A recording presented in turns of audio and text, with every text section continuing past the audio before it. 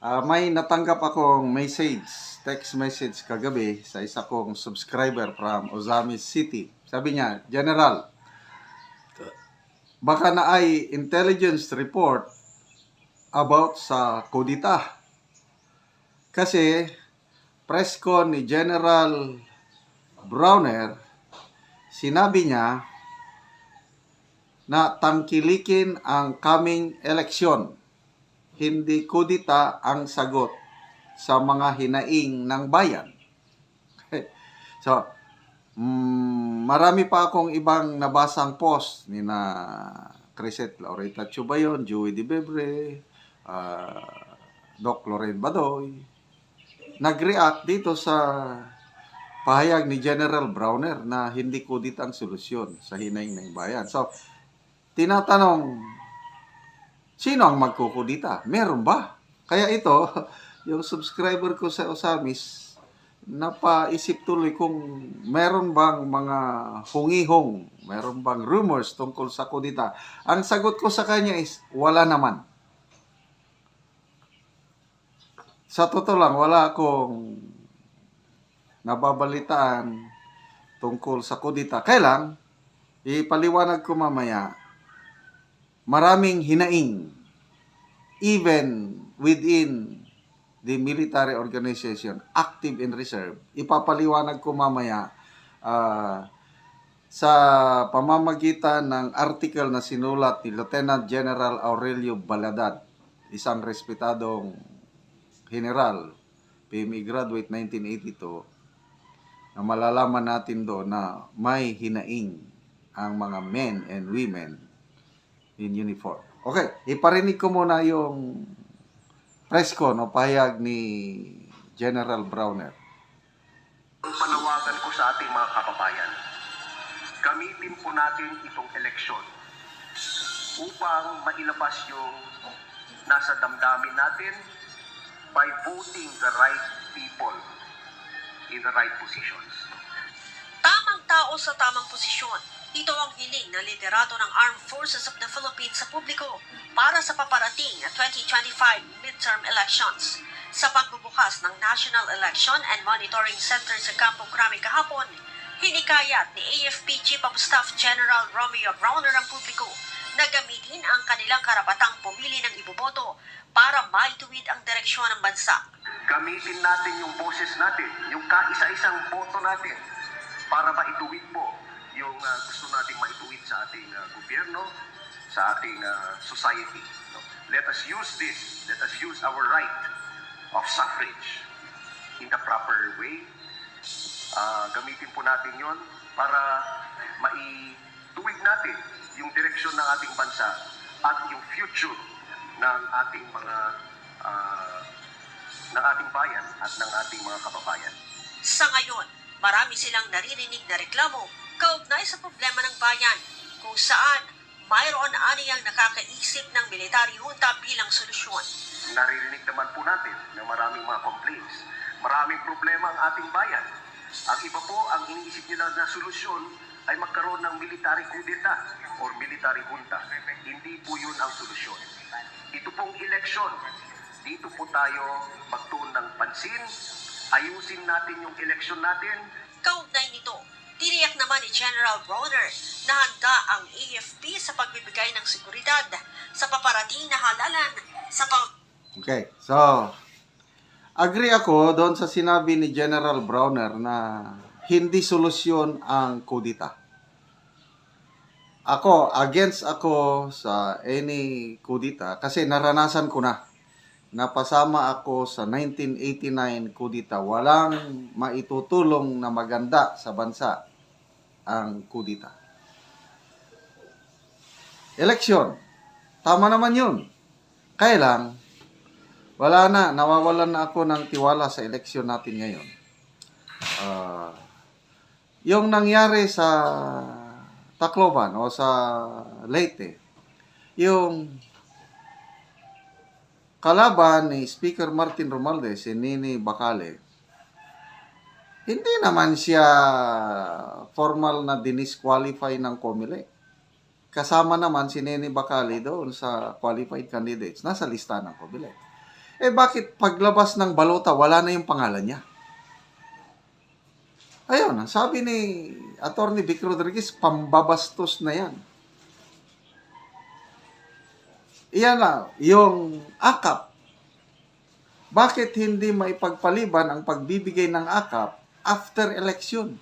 Ang COMELEC nagbigay ng exception, magbigay ng ayuda, before election. Ano ba yung akap na yan? Klaro naman yan na legalize vote buying. Kaya, kahit totoo na election, mamili tayo ng right person on the right job. Kaya lang, yung condition natin ngayon is wala na. Nawawala na yung sanctity of the ballot. Itong nangyayari sa ating political system. Dahil yung mga ayuda na yan, tapos yung ganyan na bigla na lang i-disqualify ang mga i-disqualify or ayun, tinanggal sa balota. Hindi na yan. So, matagal na panahon na hindi ako bumoto. 1992, presidential election, Ramos versus Miriam Defensor Santiago. Bumoto ako. Binotohan ko si Miriam Defensor. Biglang natalo. Nag-focus-focus, nanalo FBR. Mula noon, hindi na ako bumoto. Nawala na ako ng sistema sa election system natin. Bumalik lang akong bumoto itong 2022 kasi nagkaroon ako ng pag-asa na, wow, bayan babangon muli. BBM. Yun, bumoto ako dahil may pag-asa ko kay BBM. Ngayon, wala na. Bakit nagkakaroon ng problema sa bayan? Because of very weak leadership. Budol. Nabudol po ako. I don't know kung nabudol din kayo. Kaya, I don't know, next year, this year, boboto pa ba ako? Grabe, yung legalize vote buying. Okay, punta tayo sa sinasabi ko na itong si Lieutenant General Aurelio Baladad, isang respetadong general, PMI Class 82. Sumulat siya ng article sa Manila Bulletin. Sinabi niya, may lumalalang discontent among active and retired members of the AFP dahil sa dalawang problema. Number one, yung perceived corruption sa bansa. Talamak ang korupsyon. Mismo si Katunying na isang diehard Marcos supporter, sabi niya, garapalan na ang korupsyon nangyayari sa ating bansa. Dapat magsalita na ang Pangulo tungkol nito kasi kung tatahimik lang siya, kinukonsinta niya ang korupsyon. Wala. Ang Pangulo, wala naman siyang reaksyon tungkol sa korupsyon. Yung 2025 national budget, the worst, most corrupt budget in the history of our country. Yun ang si Supreme Court Justice Antonio Carpio. Galit na, nananawagan na ng people power revolution dahil grabing pagtratraidor, pagnanakaw sa kaban ng bayan, mga ganon. So, ayun, according to Lieutenant General Aurelio Baladad, yung mga nakausap niyang both active and retired members of the AP is grireklamo na sila sa perceived corruption sa bansa, and ang statement pa ng isang opisyal na nakausap niya is, are these the leaders we risked our lives for? Ito ba yung binubuhis natin ng ating buhay, tapos ito ang mga leaders natin na kaliwat kanan ang korupsyon? Nako, delikado yun. Ano pa? Pangalawang issue ng mga men and women in uniform, yung promotion system. Based na sa political patronage or connection, hindi na based on merits. So, yun po ang hinaing ng mga men and women in uniform according to Lieutenant General Aurelio Baladad. Ito, isa na lang. Binisita ko ng isang retired colonel last week. Ganyan din, mayroon siyang nakausap na isang colonel. Pag hindi ito maagapan, sabi daw ng isang active ito may mangyayaring masama. Ganun lang. Hindi ko na rin i-detalye. Kaya lang, medyo nasyak ako lang. So, totoo pala yung sabi ni ex-Senator Trillanes na mayroong namumuong discontent among the ranks, especially the junior officers, sabi ni Trillanes.